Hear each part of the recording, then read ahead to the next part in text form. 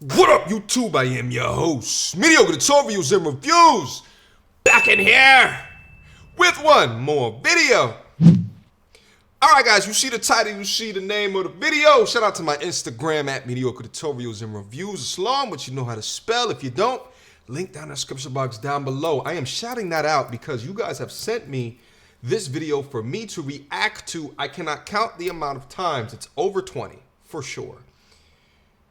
But for good reason. I need to go over this content. Here's the reason why. This Instagram post that was done was of a man in a video that I reacted to about a year or so ago. Now, in that original reaction, I'll probably put a link to that video down in the description box down below. It was actually a Derek Jackson reaction that was reacting to what this man was saying. So let me read what's in this Instagram post that was sent over to me all these times, and then we're going to get active, all right? Remember this dude that went viral for saying his wife never paid a bill for 20 plus years, and he's a real man because he's a provider for his wife and all his kids. Well, tonight he's on Ayana Fix My Life because his family is in shambles and kids hate him because they wanted his time, not his money. But somehow everyone wants a provider that's out working instead of home parenting, nurturing, and supporting the children he helped create. So now go watch, yada, yada, yada.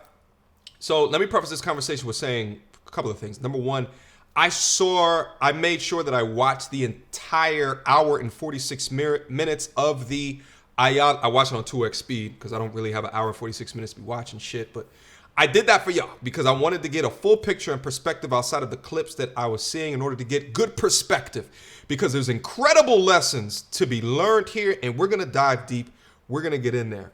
The second thing, Ayana, I recently heard that you are no longer doing this anymore.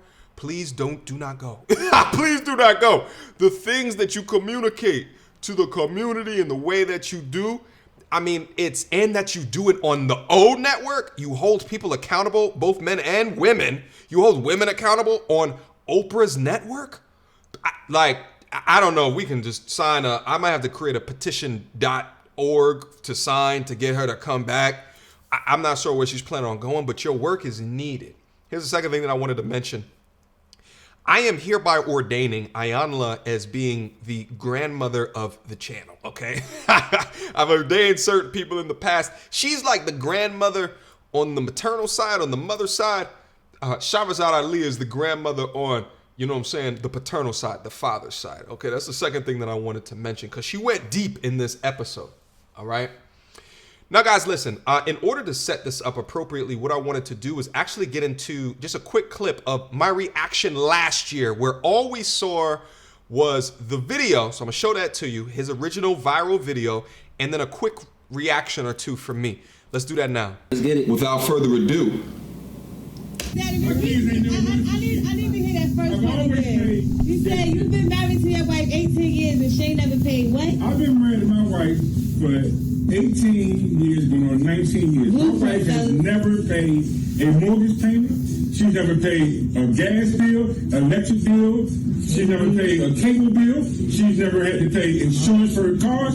I pay for all that. But that's what a fucking man does for his family. I'm not on no pedestal behind it, but that's what a man does. A man takes care of his family. My wife shouldn't have to worry about a goddamn mortgage payment. She doesn't have to worry about the lights being on, gas being on, food in the motherfucking refrigerator. She don't pay for food. She don't pay for none of that. That's my motherfucking job.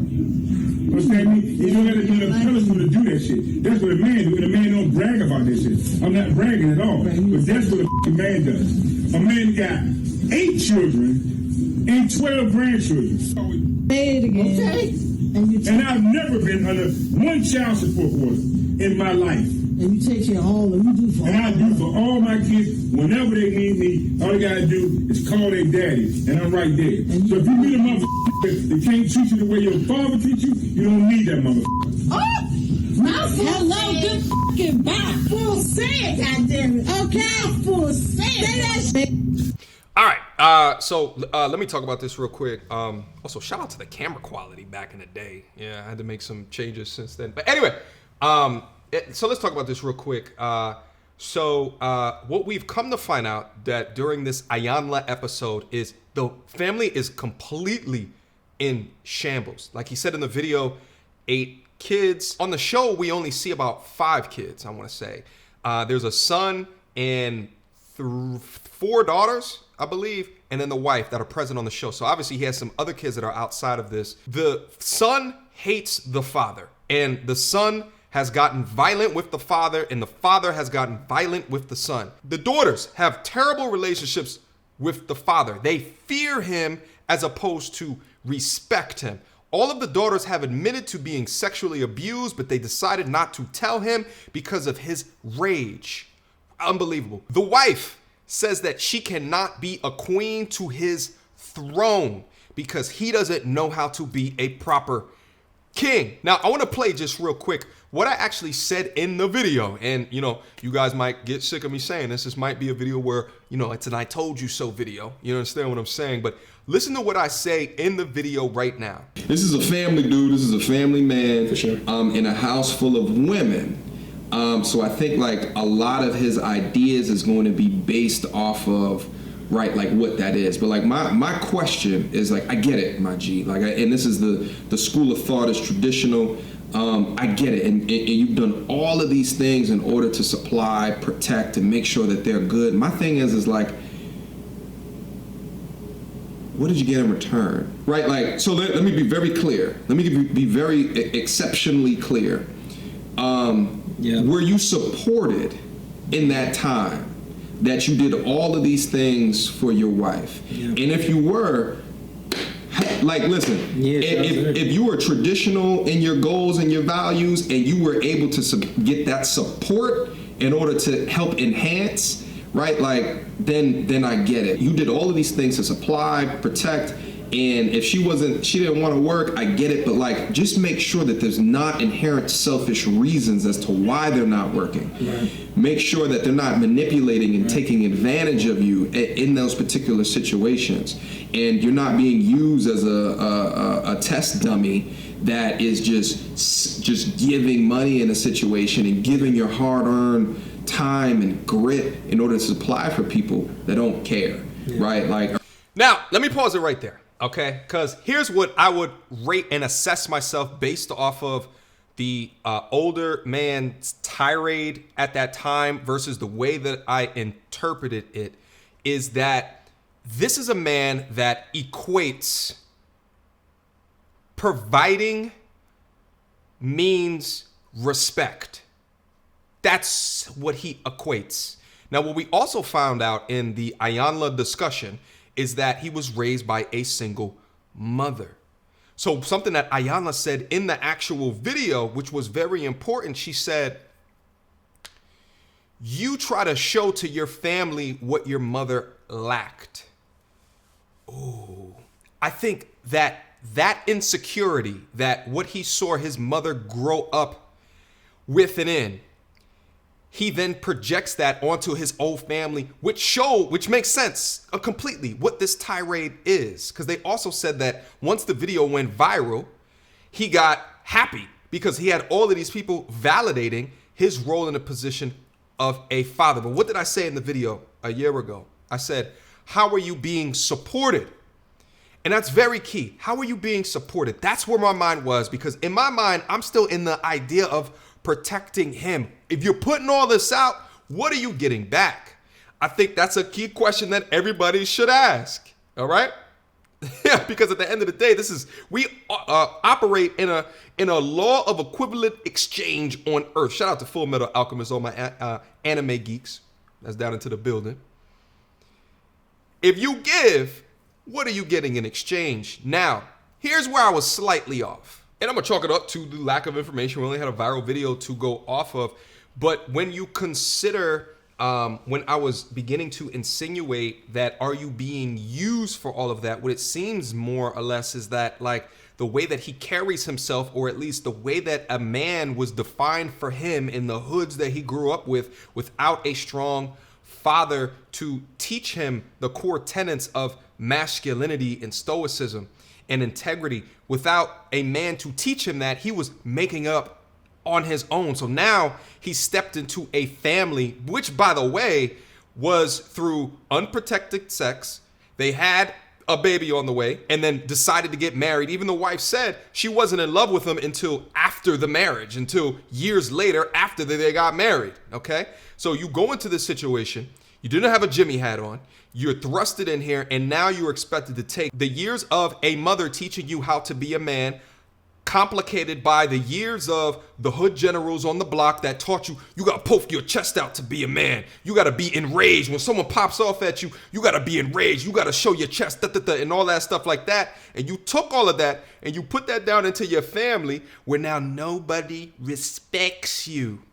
I mean, he talked about it in the show. He said that he's been violent with his son. He's called his son a bitch. He's told his son that he was going to kill him.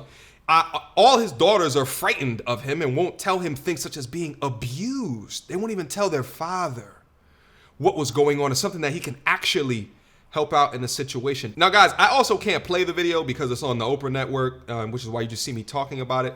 But one of the things that Ayanla was saying, this is why she's the grandmother on the channel right now, is that when she was talking to the wife, and saying, why can't you give your all into this relationship? If he's providing money and you're not giving yourself back, then guess what? You're a hoe.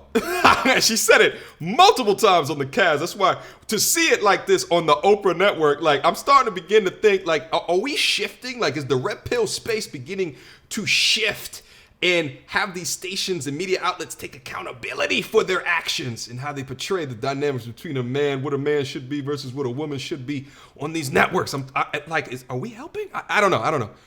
I'm probably thinking too much of myself in the space, but it is what it is. Okay. But I thought that was key to hold her accountable for who she was at that particular junction. But listen, here's what I wanted to conclude with, and here's what I wanted to mind meld to everybody that's watching this video, especially the dudes, who are watching this video, okay? A lot of us have been taught that you are not a man until you can poke your chest out and show your aggression and to wear your anger on your sleeve and to pop off if someone's talking shit, what have you. But often the ones with the loudest mouths are the weakest in the room, okay? Time and time again, this has been proven in our society, pop culture. The loudest within your friend groups, okay? The loudest ones suffer from the most insecurity. The ones that are unable to control their rage the most suffer from the most amount of torment in their life and probably are weeks to months to years overdue for some therapy. What this show reminded me of is if I look back into my life and I watched the way that my father moved throughout my life, the way that he moved was always stoic as hell. And not stoic where it's not showing emotion, but it's stoic as to say, I don't know how you just didn't react in that situation. And for me to watch that as a young boy, it makes me go into these conversations that you guys see me have with that really there's nothing that you can do or say to move me off of my space, because I done seen my pops have some shit done to him, and the way that he handled it was official. You understand what I'm saying? Not ever in my childhood have I heard my pops call anybody out of their name to their face. He's never laid a hand on me. He's never spanked me. He's never been violent towards me. And the funny-ish is that if I looked at his childhood, he grew up in turmoil and anarchy, pure. He's from South Ozone Park, Jamaica, Queens, New York. He grew up in the 60s. His mother was murdered in front of him at 5 years old. He's been in poverty. He's slept in his car. I mean, he's been through the goddamn ringer. But here's one thing that I know about my pops and in and around his life is that, and this has been told to me by multiple people in his life, is that he never complained. He never complained, and he got a control of his rage, because I've heard some other stories of him as a kid, and he was a rageful young boy that liked to fight. But I say that to say, guys, you will never win taking all of that pent up anger, think of other ways, okay, to release the rage. Other ways that are more beneficial to yourself, reducing the stress in your life, as opposed to poking your chest out and beating it like an ape animal in the forest, in the jungle, wherever apes live at. You understand what I'm saying? Because without that, without providing clear stoic structure in the way that you connect with your friends around you, the relationships around you, nobody will ever take you seriously for the long term. You understand what I'm saying?